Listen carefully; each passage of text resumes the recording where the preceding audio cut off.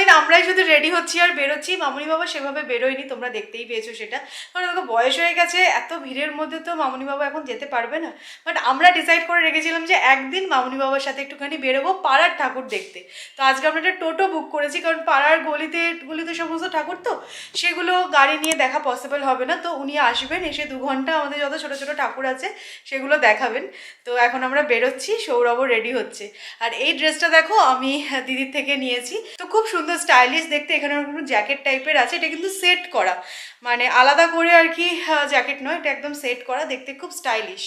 সপ্তমীর দিন রাত্রিবেলা গাড়ি নিয়ে লোকাল ঠাকুর দেখতে বেরিয়ে যা নাস্তানাবুদটা হয়েছি, আজকে আর রিস্ক নেওয়ার কোনো চান্স নেই। তো এটা হচ্ছে কি আজকে আমাদের জান, যে আমাদেরকে মোটামুটি লোকালের মধ্যে 3-4টে ঠাকুর দেখিয়ে দেবে ভালো ভালো আর কি। দাদাভাই সঙ্গটা আগের দিন হয়েছে, আজকে মনে হচ্ছে লোল্যান্ড দিয়ে শুরু হবে, দেখা যাক। আর আমাদের টিমটা কিন্তু বেশ শক্তপোক্ত। হ্যাঁ, আজকে আমাদের ভীষণ শক্তপোক্ত টিম, তো তাই জন্য আমাদের খুব বেছে বেছে ঠাকুর দেখতে হবে।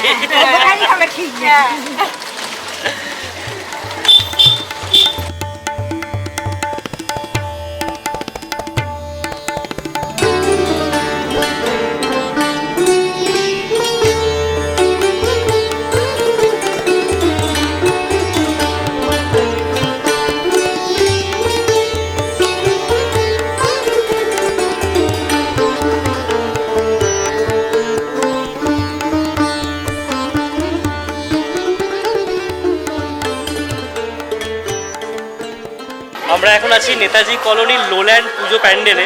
অসাধারণ করেছে, ঢুকেই যেন মনে হলো কোনো একটা রাজস্থানের ফোর্টে চলে এলাম, তাই না? অসাধারণ করেছে, প্রত্যেকটা মাইনিউট ডিটেলিং খুব ভালো।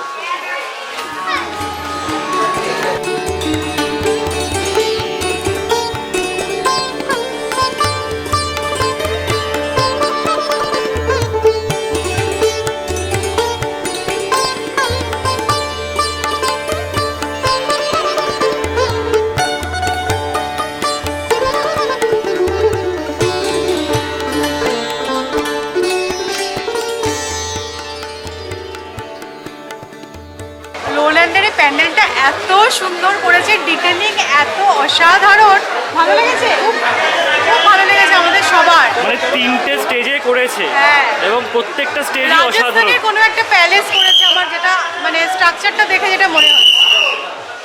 চলো, আমাদের দেখা হয়ে গেছে, আর খুব একটা ভিড় আমরা পাইনি, খুবই ভালো লাগলো, ফাঁকায় ফাঁকায় দেখে নিয়েছি।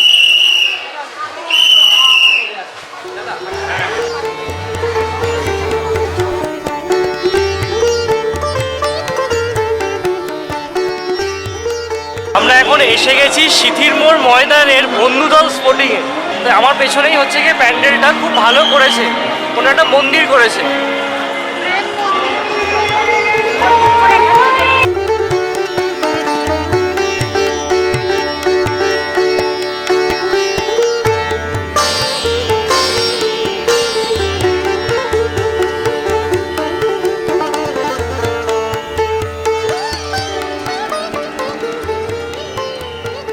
এই বন্ধু দলের ম্যানেজমেন্ট দেখলাম খুব ভালো, যেহেতু মামুনি বাবাকে নিয়ে এসেছি, দুজনেই সিনিয়র সিটিজেন, তাই এর এক্সিটটা হচ্ছে কি একটা মেলা ঘুরিয়ে তারপর বার করে। বাট আমাদের জন্য সেটা আর করতে হলো না, আমাদেরকে এমার্জেন্সি এক্সিট দিয়ে বার করে দিয়েছি। ধরবো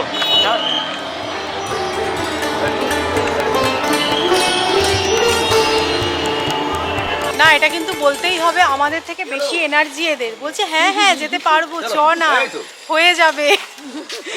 তো আমরা এই প্যান্ডেলটা এখন দেখতে এসেছি। এটা লোকেশনটা কি? 87 পাড়া, বড়নগরের মধ্যেই আর কি, বাঙালি সংঘ বলে। বেশ মাদুর দিয়ে করেছে, বেশ ভালো হয়েছে, ভাবলাম এটাও দেখে নিই। আমাদের 4টে মতো দেখা হয়েছে না, 4-5টা দেখা হয়ে গেছে। অনলাইন দেখবে মনে হচ্ছে, অনলাইন পুরো।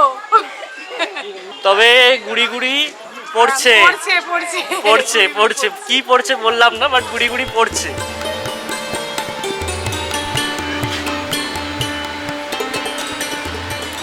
এখন কিন্তু পাড়ায় বেরোলে মামুনিকে দেখে সবাই বেশি চিনতে পারে, আমাকে দেখে বেশি চিনতে পারে। হ্যাঁ, আন্টি বললো তাই, মামুনিকে দেখেই মনে হচ্ছে এটা সৌমির শাশুড়ি মনে হচ্ছে, নিশ্চয়ই সৌমি আছে আশেপাশে।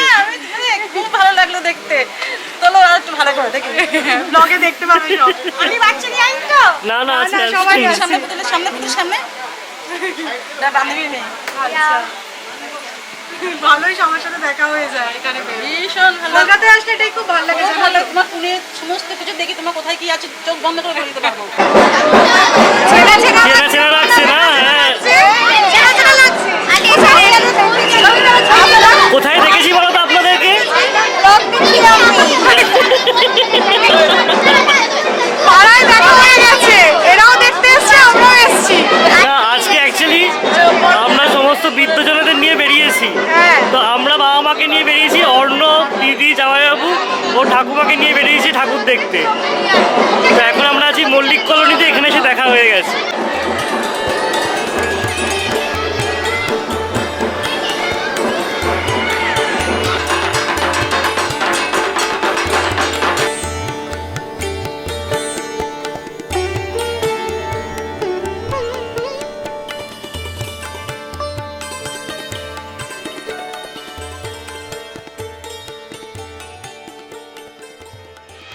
ব্যাকগ্রাউন্ডে তোমরা যে ঢাকের আওয়াজটা পাচ্ছ ওটা হচ্ছে দশমীর পুজো চলছে। দশমী হয়ে গেল। Good morning. কালকে আর বাড়ি ফিরে আমি ব্লগটাকে কন্টিনিউ করিনি। তো এখন আমাদের ব্রেকফাস্ট হচ্ছে। আজকে আমরা ব্রেকফাস্টটা আউটসোর্স করেছি, কারণ আজকে আমাদের বাড়িতে প্রচুর রান্না আছে। দশমীর দিনকে এটা প্রত্যেক বছর হয়ে থাকে। কি না কি সেগুলো তোমাদেরকে পরে দেখাচ্ছি, কিন্তু ব্রেকফাস্টে কি আছে আগে তোমাদের দেখাই। কচুরি, অমরদার সেই স্পেশাল কচুরি, আর তার সাথে আছে তরকারি।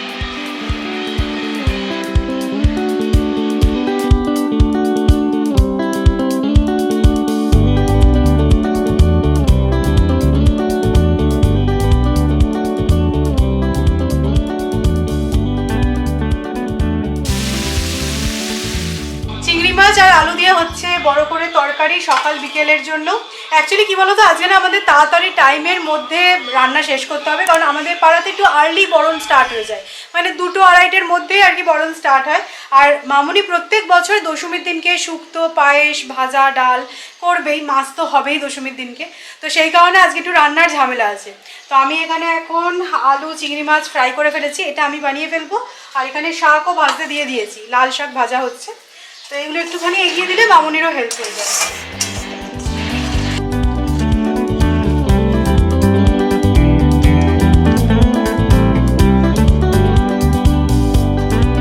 আজকে আমাদের পাড়ায় এইসব গান বাজছে না, একদম এপিক, মানে অমর সঙ্গীর গান বাজছে, বুঝতেই পারছো। আর এইসব গান না দেখবে পুজোর সময়তেই মাইকে শোনা যায়। তো আজকে দশমীর খাওয়া দাওয়াটা ভালো, অনেকদিন বাদে শুক্তো খাবো। শুক্তো আর পায়েসটা সবই বলছিল যে আমাদের বাড়িতে হয়েই থাকে দশমীর দিন, তার সাথে চিংড়ি মাছ আছে। আর আমাদের ঠাকুর বলছে এই 3-3:30 নাগাদ বরণ শুরু হবে, কিন্তু সৌমিকে আমি দেখছিলাম আগে থেকেই প্রিপারেশন স্টার্ট করে দিয়েছি। শাড়ি নিয়ে মোড়ামুড়ি করছিল অনেকক্ষণ ধরে, গিয়ে আবার সেফটি কিনে আনলো। আরে না, আমি 8 পৌরে শাড়ি পরবো, তাই জন্য ক্লিপটা করে রাখলাম, মানে ছেড়ে একটু সময় লাগবে না।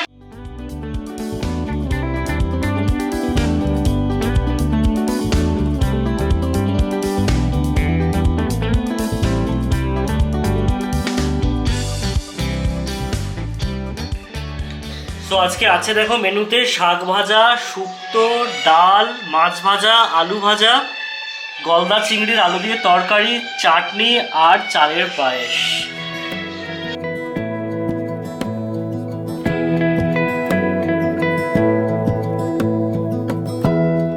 Give me love, give me all your love, oh 'cause I want you. No one else makes me. Ready হয়ে চলে এসেছি, আমাদের বরণ স্টার্ট হয়ে গেছে। দিদি অ্যাকচুয়ালি এখনো আসেনি, দিদির জন্য ওয়েট করছি। তিনজনে একসাথে মাকে বরণ করবো, নিয়ে চলে এসেছি। ম্যাডাম কিন্তু আজকে হেভি বান্দা বেড়েছে, মানে বলছে না নিজের মুখে। দারুণ। এটা আমার পুজোর ফাইনাল লুক। ও আচ্ছা।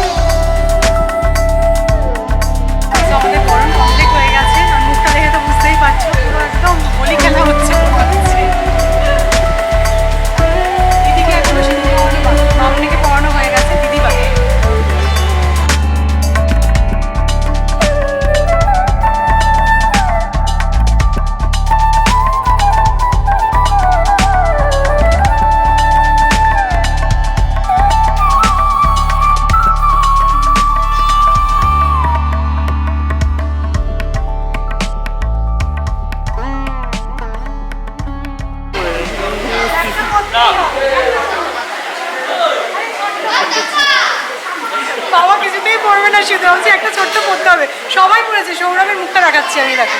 হ্যাঁ করতেই হবে, আজকে একটা ছোট টিপ করতে হবে। দীপটা করেছে, সবাই করেছে।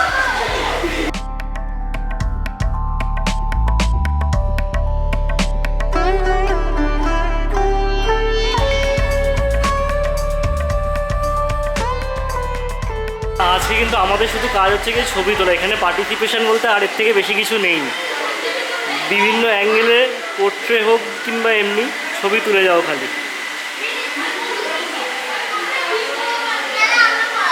মাকে বরণ করতে এসেছিলাম তখন বাজে 4:30, আর এখন বেজে গেছে 6:30।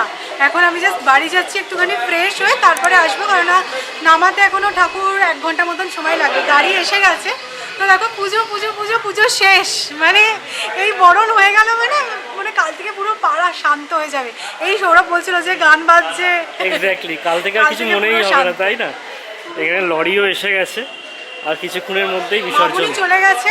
আমি এবার যাচ্ছি, মানে এই এতক্ষণ অবস্থা ধরে পুরো ভূত। হ্যাঁ ভূত, পুরো সিঁদুর মাখছি, সবার সাথে খেলছি সিঁদুর, খুব মজা দিদির হয়। মুখটা এখনো দেখানো হয়নি, দিদি পুরো লাল হয়ে গেছে। এই যে বলছিলাম না দিদির মুখটা দেখাবো, দিদিকে ধরে এনেছি দেখানোর জন্য, কারণ এক্ষুনি বাড়ি যাবে, ধুয়ে ফেলবে, আর দেখাতেই পারতাম না। খুব মজা হয় বলো, আমাদের এখানে সিঁদুর খেলে খুব মজা। দিদিকে দেখে মনে হচ্ছে রং খেলেছে পুরো লাল হয়ে গেছে।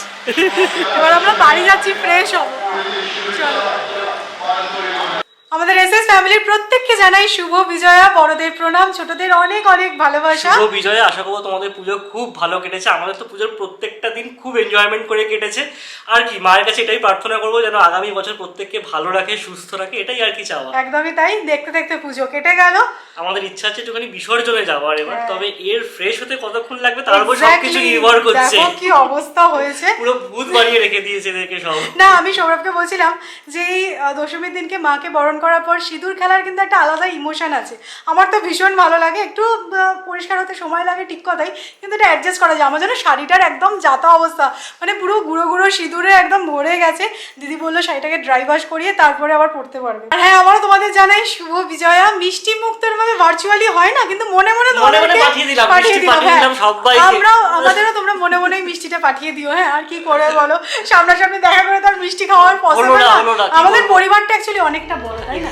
প্রত্যেকের বাড়ি থেকে মিষ্টি খেয়ে আসতো, কোনো ব্যাপার না। এক্স্যাক্টলি।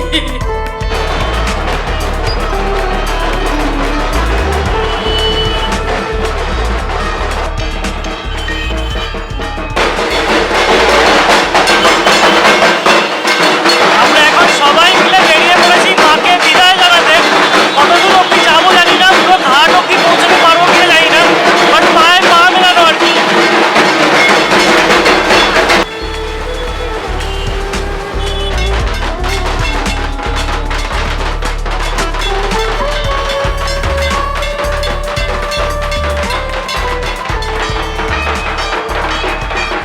সৌমি আর মা খানিকটা হেঁটে এসে ফিরে গেল, বাট আমি এখনও যাচ্ছি, ঘাট অব্দি যাবো সেরকমই পরিকল্পনা আছে। বাট একটা জিনিস খুব ভালো লাগলো যে এখানে একটা হসপিটাল আছে। এত হই হট্টগড় শুনছিল, এত ঢাক বাজছিল, কুড়কুড়ি বাজছিল, বাট এই হসপিটালের সামনে এসে কিন্তু সবটা চুপ হয়ে গেছে। This is good sign of a good citizen. ভালো লাগলো জিনিসটা।